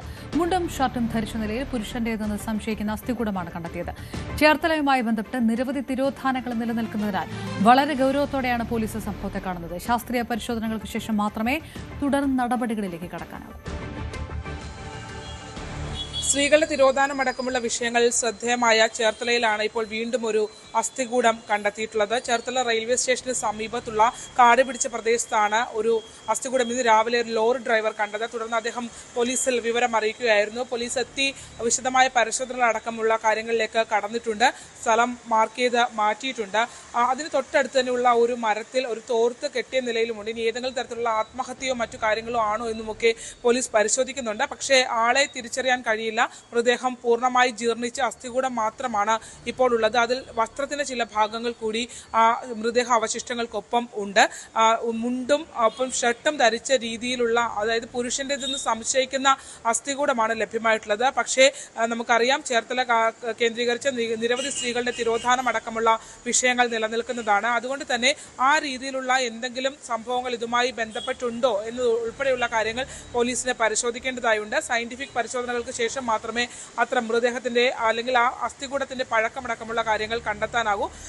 മൂടിയ നിലയിലൊന്നുമല്ലായിരുന്നു, മറിച്ച് ആ കാട്ടിൽ കിടക്കുന്ന നിലയിലുള്ള മൃതദേഹാവശിഷ്ടങ്ങളാണ് ലഭ്യമായിട്ടുള്ളത്. ശരീരത്തിന്റെ ഭാഗങ്ങൾ പൂർണ്ണമായി ആ പരിസരത്ത് തന്നെ ഉണ്ട്. ദ്രവിച്ച താടിയലുകൾ അടക്കമുള്ള ഭാഗങ്ങൾ തലയോട്ടിൽ നിന്ന് വിട്ടുമാറിയ ഒരു സാഹചര്യത്തിലാണ്. ശരീരത്തിന്റെ കൈയും കാലിന്റെയും ഒക്കെ അസ്ഥിഭാഗങ്ങൾ മാറിയിട്ടുണ്ട്. പക്ഷെ നെഞ്ചും കൂടി അടക്കമുള്ള ഭാഗങ്ങളിൽ വസ്ത്രങ്ങൾ അവശേഷിക്കുന്നുണ്ട്. മുണ്ടും ഒരു വരവരയായിട്ടുള്ള ഒരു ലൈനായിട്ടുള്ള ഒരു ഷർട്ടും ധരിച്ച രീതിയിലൊക്കെയാണ് കാണുന്നത്. എന്തായാലും നിലവിൽ കാണുമ്പോൾ വസ്ത്രങ്ങൾ ഉൾപ്പെടെയുള്ള ഇത് കാണുമ്പോൾ പുരുഷൻ്റെതാണെന്ന് തോന്നുന്നുണ്ട്. എങ്കിൽ പോലും അതിനകത്ത് കൃത്യമായൊരു പരിശോധന ആവശ്യമുണ്ട്. സയന്റിഫിക് പരിശോധനകൾക്ക് ശേഷം മാത്രമേ ഇതിൻ്റെ കാലപ്പഴക്കം, ഒപ്പം തന്നെ ആ മൃതദേഹം പുരുഷൻ്റെതാണോ അല്ലെങ്കിൽ സ്ത്രീയുടേതാണോ എന്നത് ഉൾപ്പെടെയുള്ള കാര്യങ്ങളിലേക്ക് സ്ഥിരീകരണത്തിലേക്ക് എത്തുകയുള്ളൂ. ചേർത്തല പോലീസാണ് കാര്യങ്ങൾ പരിശോധിച്ചു വരുന്നത്. അവിടെ ഒരു കാട് പിടിച്ച പ്രദേശമാണ്, മാലിന്യങ്ങളൊക്കെ തള്ളാറുള്ള ഒരു സ്ഥലം കൂടിയാണ്. അതുകൊണ്ട് ഒരുപക്ഷെ ഇങ്ങനെ ഒരു മൃതദേഹം അവിടെ കിടന്ന് തന്നെ ജീർണിച്ച രീതിയിലുള്ള കാര്യങ്ങളാണ് നമുക്ക് ആ പരിസരത്ത് നിന്ന് മനസ്സിലാക്കാൻ കഴിയുന്നത്. പക്ഷേ ഇതിൻ്റെ ഒരു സ്മെല്ലോ കാര്യങ്ങളോ ഒക്കെ എന്തുകൊണ്ട് ആളുകൾ തിരിച്ചറിയാതെ പോയി എന്നുള്ള ചോദ്യം അവശേഷിക്കുന്നു. പക്ഷേ അപ്പോഴും അവിടെ റെയിൽവേ സ്റ്റേഷൻ പരിസരത്ത് സ്ഥിരമായി മാലിന്യമൊക്കെ കിടക്കുന്ന ആണ്. അതുകൊണ്ട് തന്നെ അത്തരത്തിലുള്ള ദുർഗന്ധമാണോ എന്നുള്ള രീതിയിൽ വിട്ടുപോയതായിരിക്കുമോ എന്നുള്ള സംശയമൊക്കെ ഉണ്ട്. എന്തായാലും നിരവധി ദുരൂഹതകൾ നിറഞ്ഞ പ്രദേശമാണ് ചേർത്തല. അതുകൊണ്ട് തന്നെ ചേർത്തലയിൽ ഇങ്ങനെ ഒരു അസ്ഥികൂടം കണ്ടെത്തിയത് വളരെ ഗൗരവത്തോടു കൂടിയാണ് പോലീസ് നോക്കിക്കാണുന്നത്. അതിന്റെ തുടർ പരിശോധനകളിലേക്കും കടന്നിട്ടുണ്ട്. ആലപ്പുഴയിൽ നിന്നും ശരണ്യ സ്നേഹജൻ, ന്യൂസ് 18. ബീഹാർ കൊട്ടിക്കലാശത്തിലേക്ക്.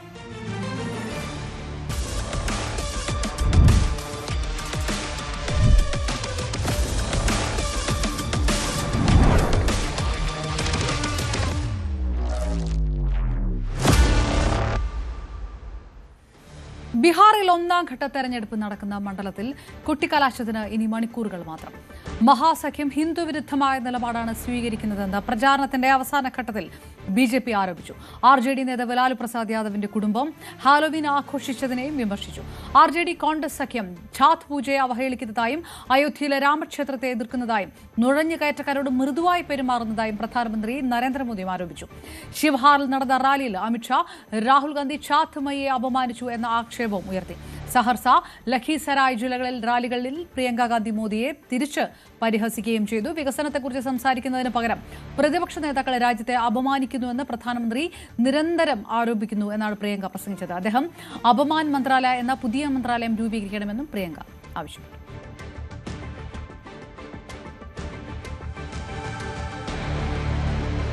തെലങ്കാനയിൽ ലോറിയും ബസും കൂട്ടിയിടിച്ചുണ്ടായ അപകടത്തിൽ 20 പേർക്ക് ജീവൻ നഷ്ടമായി.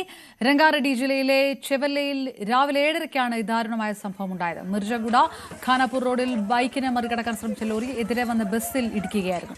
മരിച്ചവരുടെ കുടുംബങ്ങൾക്ക് കേന്ദ്രം 2 ലക്ഷം രൂപ നഷ്ടപരിഹാരം പ്രഖ്യാപിച്ചു. പരിക്കേറ്റവർക്ക് 50,000 രൂപ അനുവദിച്ചായി പ്രധാനമന്ത്രി അറിയിച്ചു.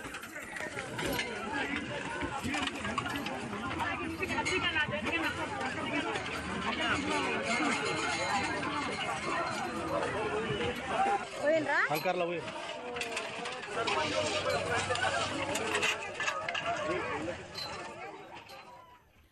രാജ്യത്തെ തെരുവ് നായ ശല്യത്തിൽ സുപ്രീം കോടതിയുടെ ഇടക്കാല ഉത്തരവ് വെള്ളിയാഴ്ച.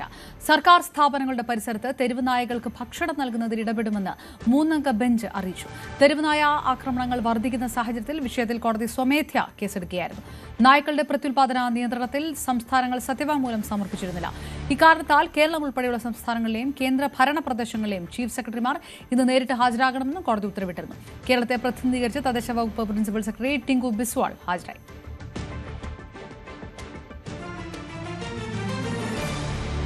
ഒരിടവേള.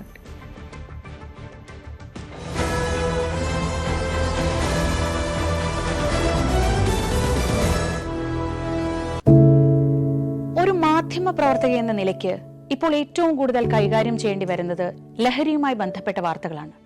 കൊച്ചുകുട്ടികൾ മുതൽ യുവാക്കൾ വരെ എല്ലാവരും ഉൾപ്പെട്ടിരിക്കുന്ന ലഹരിയുടെ ഒരു വല. എന്താണ് നമ്മുടെ യുവതലമുറയ്ക്ക് സംഭവിക്കുന്നത് എന്നൊക്കെ എല്ലാവരും ചോദിച്ചു കാണും. പക്ഷേ അവരുടെ പ്രശ്നങ്ങളെ, അത് കുട്ടികൾ മുതൽ യുവാക്കൾ വരെ, അവരുടെ പ്രശ്നങ്ങളെ കേൾക്കുന്നതിന്, മനസ്സിലാക്കുന്നതിന്, ഒരു പരിഹാരം പറയുന്നതിന് മുതിർന്നവരായ നമുക്ക് എത്രമാത്രം കഴിയുന്നുണ്ട്? അവരിൽ ഉണ്ടാകുന്ന ചെറിയ മാറ്റങ്ങൾ നമ്മൾ തിരിച്ചറിയാറുണ്ടോ? അവരുടെ ചുറ്റുമുള്ളത് ഒരു മായാലോകമാണ്. സോഷ്യൽ മീഡിയയുടെ, വീഡിയോ ഗെയിമുകളുടെ, സിനിമയുടെ, വാർത്തയുടെ വലിയ വിവരശേഖരത്തിന്റെ ലോകം.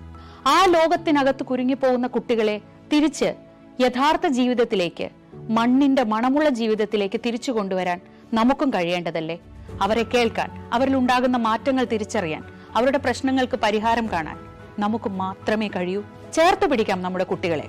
ലഹരിയുടെ വലയിൽ കുരുങ്ങാതെ അവരെ കാത്തുരക്ഷിക്കാം.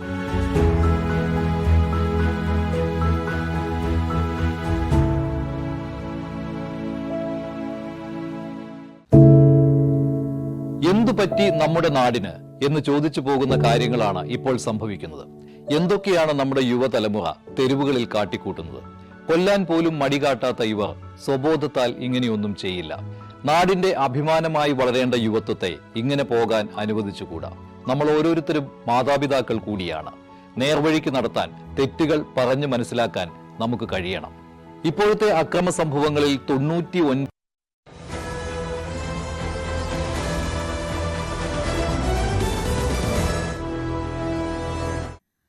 സുഡാൻ സംഘർഷം വ്യാപിക്കുമ്പോൾ ആയിരക്കണക്കിന് പേർ പലായനം ചെയ്യുന്നു എന്ന് UN. കോർദോഫാൻ മേഖലയിലെ പട്ടണങ്ങളിൽ നിന്നും ഗ്രാമങ്ങളിൽ നിന്നും 36,000-ലധികം പേരാണ് നാടുവിട്ടത്. നോർത്ത് കോർദോഫാനിൽ RSFന്റെയും സൈന്യത്തിന്റെയും സാന്നിധ്യത്തിൽ പലായനത്തിന്റെ തോത് കൂടുകയാണ്. ആഭ്യന്തര കലാപം രൂക്ഷമായ രാജ്യത്ത് അടിയന്തരമായ വെടിനിർത്തലിന് ഇരുവിഭാഗങ്ങളും തയ്യാറാകണമെന്ന് മലേഷ്യൻ സർക്കാർ ആഹ്വാനം ചെയ്തു. എൽ ഫാഷറിലെ ജനങ്ങൾക്കും സുഡാനിലെ ദാർഫർ മേഖലയിലെ ദുരിതബാധിത പ്രദേശങ്ങൾക്കും സഹായമെത്തിക്കാൻ ഇടനാഴികൾ തുറക്കാൻ റാപ്പിഡ് സപ്പോർട്ട് ഫോഴ്സിനോട് ആവശ്യപ്പെട്ടു. സുഡാനിൽ RSF കൂട്ടക്കൊല നടത്തുകയാണ് എന്ന സാഹചര്യം പേടിയോടെയാണ് കാണുന്നതെന്നും വിദേശകാര്യമന്ത്രി ദാസുക് സെരി മുഹമ്മദ് ഹസൻ പറഞ്ഞു. നൈജീരിയയിൽ സൈനിക നടപടിക്കൊരുങ്ങി അമേരിക്ക. ക്രിസ്ത്യൻ മതവിഭാഗങ്ങളെ കൂട്ടക്കൊല ചെയ്യുന്നത് തുടർന്നാൽ മുസ്ലിം തീവ്രവാദികളെ ഉന്മൂലനം ചെയ്യുമെന്നാണ് പ്രസിഡന്റ് ഡൊണാൾഡ് ട്രംപിന്റെ മുന്നറിയിപ്പ്. ഇത് സംബന്ധിച്ച് സൈന്യത്തിന് മുന്നറിയിപ്പ് നൽകിയതായും ട്രംപ് പറഞ്ഞു. എന്നാൽ മതപരമായ അസഹിഷ്ണുതയുള്ള രാജ്യമായി നൈജീരിയയെ ചിത്രീകരിക്കുന്നുവെന്നാരോപിച്ച് പ്രസിഡന്റ് ബോല അഹമ്മദ് ടിനുബു രംഗത്തെത്തി. കഴിഞ്ഞ വെള്ളിയാഴ്ചയാണ് നൈജീരിയയിലെ മതതീവ്രവാദ പ്രവർത്തനങ്ങൾക്കെതിരെ ഡൊണാൾഡ് ട്രംപ് ആദ്യമായി പ്രതികരിക്കുന്നത്. ക്രിസ്ത്യാനികൾ വ്യാപകമായി ആക്രമിക്കപ്പെടുകയാണെന്നും പിന്നിൽ ഇസ്ലാമിക തീവ്രവാദികളാണെന്നും അദ്ദേഹം ആരോപിച്ചു. താൻ ക്രിസ്ത്യാനികളുടെ രക്ഷകനാകാൻ ഒരുക്കമാണെന്നും ട്രംപ് തന്റെ ട്രൂത്ത് സോഷ്യൽ പോസ്റ്റിൽ അന്ന് കുറിച്ചിരുന്നു. തുടർന്ന് ഇന്നലെയാണ് ട്രംപ് കൂടുതൽ കടുത്ത ഭാഷയിൽ രംഗത്ത് വരുന്നത്. നൈജീരിയൻ സർക്കാർ ക്രിസ്ത്യാനികൾക്കെതിരെയുള്ള ആക്രമണങ്ങൾ തടയാൻ നടപടിയെടുത്തില്ലെങ്കിൽ അമേരിക്ക സൈനിക നടപടിയെടുക്കുമെന്നാണ് മുന്നറിയിപ്പ്. ഇത് സംബന്ധിച്ച് ഡിപ്പാർട്ട്മെന്റ് ഓഫ് ബാറിന് നിർദ്ദേശം നൽകിയതായും ട്രംപ് പറഞ്ഞു. ഇനി നൈജീരിയയ്ക്ക് വാക്കുകൊണ്ടാവില്ല, തോക്കുകൊണ്ടാകും മറുപടി. അമേരിക്ക നൽകുന്ന എല്ലാ സഹായങ്ങളും ഉടൻ നിർത്തിവെക്കും. യാതൊരു ദാക്ഷിണ്യവുമില്ലാതെ തങ്ങൾ മുസ്ലിം തീവ്രവാദികളെ കൊന്നൊടുക്കുമെന്നും ട്രംപ് ട്രൂത്ത് സോഷ്യലിൽ എഴുതി. US യുദ്ധ സെക്രട്ടറി പീറ്റ് ഹെഡ്ഗെറ്റ്സും ഈ വിവരം സ്ഥിരീകരിച്ചു. നൈജീരിയ ആക്രമിക്കാനുള്ള നടപടികൾ സൈന്യം സ്വീകരിച്ചു വരുന്നതായി അദ്ദേഹം പറഞ്ഞു. ഒന്നുകിൽ സർക്കാർ ക്രിസ്ത്യൻ മതസ്ഥരെ സംരക്ഷിക്കണം, ഇല്ലെങ്കിൽ തക്കതായ മറുപടി നൽകുമെന്നും പീറ്റ് ഹെഗ്സൺ വ്യക്തമാക്കി. എന്നാൽ നൈജീരിയ US ആരോപണങ്ങളെ തള്ളിക്കളഞ്ഞു. മതപരമായി അസഹിഷ്ണുതയുള്ള രാജ്യമായി നൈജീരിയയെ ചിത്രീകരിക്കാൻ US ശ്രമിക്കുന്നെന്ന് പ്രസിഡന്റ് ബോല അഹമ്മദ് ടിനുബു പറഞ്ഞു. വിശ്വാസ സ്വാതന്ത്ര്യം സംരക്ഷിക്കുന്നതിനുള്ള സർക്കാരിന്റെ സ്ഥിരവും ആത്മാർത്ഥവുമായ ശ്രമങ്ങളെ US അവഗണിക്കുന്നു. എന്നാൽ ചില സ്ഥാപിത താൽപര്യക്കാർ തങ്ങളുടെ രാജ്യത്ത് മതപരമായ പ്രശ്നങ്ങൾ സൃഷ്ടിക്കാൻ ശ്രമിക്കുന്നുവെന്ന് ബോല അഹമ്മദ് സമ്മതിച്ചു. ഇത്തരക്കാരെ നേരിടാൻ US-ഉമായും അന്താരാഷ്ട്ര സമൂഹവുമായും ചേർന്ന് പ്രവർത്തിക്കാൻ തങ്ങൾ ഒരുക്കമാണെന്നും അദ്ദേഹം പറഞ്ഞു. News desk news 18. വനിതാ ഏകദിന ക്രിക്കറ്റിൽ ഇന്ത്യ വിശ്വവിജയികൾ. ദക്ഷിണാഫ്രിക്കയെ 52 റൺസിന് തകർത്താണ് ഇന്ത്യയുടെ ലോകകപ്പ് നേട്ടം. വനിതാ ലോകകപ്പിൽ ഓസ്ട്രേലിയയ്ക്കും ഇംഗ്ലണ്ടിനും ശേഷം ആദ്യമായിട്ടാണ് പുതിയൊരു കിരീടാവകാശി ഉണ്ടാകുന്നത്. ആദ്യം ബാറ്റ് ചെയ്ത ഇന്ത്യ 7 വിക്കറ്റ് നഷ്ടത്തിൽ 298 റൺസ് എടുത്തപ്പോൾ ദക്ഷിണാഫ്രിക്ക 246 റൺസിന് ഓൾ ഔട്ടായി. 87 റൺസ് നേടിയതിന് പിന്നാലെ 2 വിക്കറ്റ് വീഴ്ത്തിയ ഷഫാലി വർമ്മ കളിയിലെ താരമായപ്പോൾ 22 വിക്കറ്റും 215 റൺസും നേടിയ ദീപ്തി ശർമ്മയാണ് ടൂർണമെന്റിലെ താരം. കപിൽ ദേവിനും ധോണിക്കും രോഹിത് ശർമ്മയ്ക്കും ശേഷം ഇന്ത്യയെ ലോകത്തിന്റെ നെറുകയിലെത്തിക്കാൻ ഒരു വനിത, ഹർമൻപ്രീത് കൗർ. 2 പതിറ്റാണ്ട് മുമ്പ് 2005-ൽ ഇന്ത്യൻ ക്രിക്കറ്റിലെ വനിതാരത്നം മിഥാലി രാജ് കിരീട നേട്ടത്തിന് അരികിലെത്തിയതാണ്. പക്ഷേ തോറ്റു. 2017-ൽ മിഥാലി നയിച്ച സംഘം ഒരിക്കൽ കൂടി തോറ്റു. ഓസ്ട്രേലിയയും ഇംഗ്ലണ്ടും മാത്രം ഭരിച്ച വനിതാ ലോകകപ്പ് വേദിയിൽ ഇത് പുതുയുഗമാണ്. ഇനി ഇന്ത്യൻ വനിതകളുടെ ഭരണം. കാലം കരുതി വെച്ചതുപോലെ പുതുയുഗപ്പിറവി. അവിശ്വസനീയ നിമിഷങ്ങളായിരുന്നു നവി മുംബൈയിൽ. മതിമറന്ന് ആഘോഷിച്ചിന്ത്യ നേരം പുലരുവോളം. കപിൽ ദേവിന്റെ കിരീട നേട്ടത്തിൽ ആവേശം പൂണ്ടാണ് ഇന്ത്യൻ വനിതകൾ കളി തുടങ്ങുന്നത്. എത്രയോ വർഷങ്ങളുടെ കാത്തിരിപ്പാണിത്. മിതാലി രാജിന്റെയും ജുലൻ ഗോസ്വാമിയുടെയും അഞ്ജു ചോപ്രയുടെയും കണ്ണുകൾ നിറഞ്ഞു തുളുമ്പിയിട്ടുണ്ടാകുമെന്നുറപ്പ്. നിയോഗം ഹർമൻപ്രീത് കൗറിനും സംഘത്തിനുമാണെന്ന് മാത്രം. ടോസ് നഷ്ടപ്പെട്ടത് തിരിച്ചടിയായെന്ന് കരുതിയ മത്സരത്തിൽ വിജയത്തിനുള്ള അടിത്തറയിട്ടത് ഓപ്പണർമാരാണ്. സ്മൃതി മന്ദാനയും ഷെഫാലി വർമ്മയും. പരിക്കേറ്റ് ലോകകപ്പ് സംഘത്തിൽ ഉൾപ്പെടാതിരുന്ന ഷെഫാലി നോക്കൌട്ട് വേദിയിലാണ് തിരിച്ചെത്തുന്നത്. ഫൈനലിലെ 87 റൺസ് ഷെഫാലിക്കും ഇന്ത്യയ്ക്കും വിസ്മയമാണ്. ടൂർണമെന്റിലെ ഇന്ത്യയുടെ റൺ മെഷീൻ സ്മൃതി മന്ദാന 45 റൺസുമായി ഒപ്പം കൂടിയതോടെ ഓപ്പണിംഗ് വിക്കറ്റിൽ 104 റൺസിന്റെ കൂട്ടുകെട്ട് പിറന്നു. ദീപ്തി ശർമ്മയുടെ 58 റൺസും റിച്ച ഘോഷിന്റെ 34 റൺസും ചേർന്നതോടെ 298 എന്ന മോശമല്ലാത്ത ടോട്ടലിലേക്ക് എത്തി ഇന്ത്യ. നവി മുംബൈയിൽ 299 അത്ര ഗംഭീര വിജയലക്ഷ്യമല്ല എന്നായിരുന്നു പൊതുവിലയിരുത്തൽ. അത് ശരിവയ്ക്കും വിധത്തിലായിരുന്നു ദക്ഷിണാഫ്രിക്കൻ മറുപടിയും. ലോറ വോൾഫോർട്ടിന്റെ സെഞ്ചുറി കൂടിയായപ്പോൾ ഇന്ത്യ ഭയന്നു. ലോകകപ്പ് ഫൈനലിന്റെ സമ്മർദ്ദമാണ് ദക്ഷിണാഫ്രിക്കയെ ശരിക്കും തകർത്തത്. അർദ്ധ സെഞ്ചുറിക്ക് ശേഷം ദീപ്തി ശർമ്മ 5 വിക്കറ്റ് പ്രകടനവുമായി ഓൾറൗണ്ട് സ്റ്റാർ ആയതോടെയാണ് ദക്ഷിണാഫ്രിക്കയ്ക്ക് കാര്യങ്ങൾ കൈവിട്ടത്. മഴയിൽ വൈകിയ ഫൈനൽ കാണാൻ പാതിരാത്രി വരെ കാത്തിരുന്ന ആരാധകർക്ക് ലാഭം മാത്രം. വിശ്വജേതാക്കളുടെ പട്ടാഭിഷേകം നേരിൽ കാണുന്നതിനുമപ്പുറം എന്താനന്ദം. Sports desk news 18. Reliance Industries Limited മേധാവിമാരായ മുകേഷ് അംബാനിയും നിത അംബാനിയും ഇന്ത്യൻ വനിതാ ക്രിക്കറ്റ് ടീമിന്റെ ഫൈനൽ മത്സരം കാണാൻ DY പാട്ടീൽ സ്റ്റേഡിയത്തിലെത്തി. ടീം ആദ്യ ലോകകപ്പ് കരസ്ഥമാക്കിയതിനെ ഇരുവരും അഭിനന്ദിച്ചു. ധൈര്യത്തോടെയും ആത്മവിശ്വാസത്തോടെയും മത്സരത്തെ നേരിട്ട കളിക്കാരെ ഓർത്ത് അഭിമാനമുണ്ടെന്ന് നിത അംബാനി പറഞ്ഞു. At the stroke of midnight, our girls have won the first ever ICC World Championship. I think you have made the whole nation swell with pride. The way you have played with courage, conviction and confidence. We are all so proud of you. And I just want to say thank you, thank you, thank you. Dhanyavad and Jai Hind. മെസ്സിയും Argentina ടീമും മാർച്ചിൽ കേരളത്തിലെത്തുമെന്ന് പ്രഖ്യാപിച്ച് മന്ത്രി V Abdurahman 2 ദിവസം മുൻപ് ടീമിന്റെ mail വന്നു. കലൂർ സ്റ്റേഡിയത്തിന് അന്താരാഷ്ട്ര നിലവാരമുണ്ടെങ്കിലും ഫിഫ അംഗീകാരം കൂടി ലഭിക്കാനുണ്ട്. ഈ മാസം കളി നടക്കാതെ പോയത് സ്റ്റേഡിയം നവീകരണം വൈകിയതിന് ആണെന്നും മന്ത്രി പറഞ്ഞു.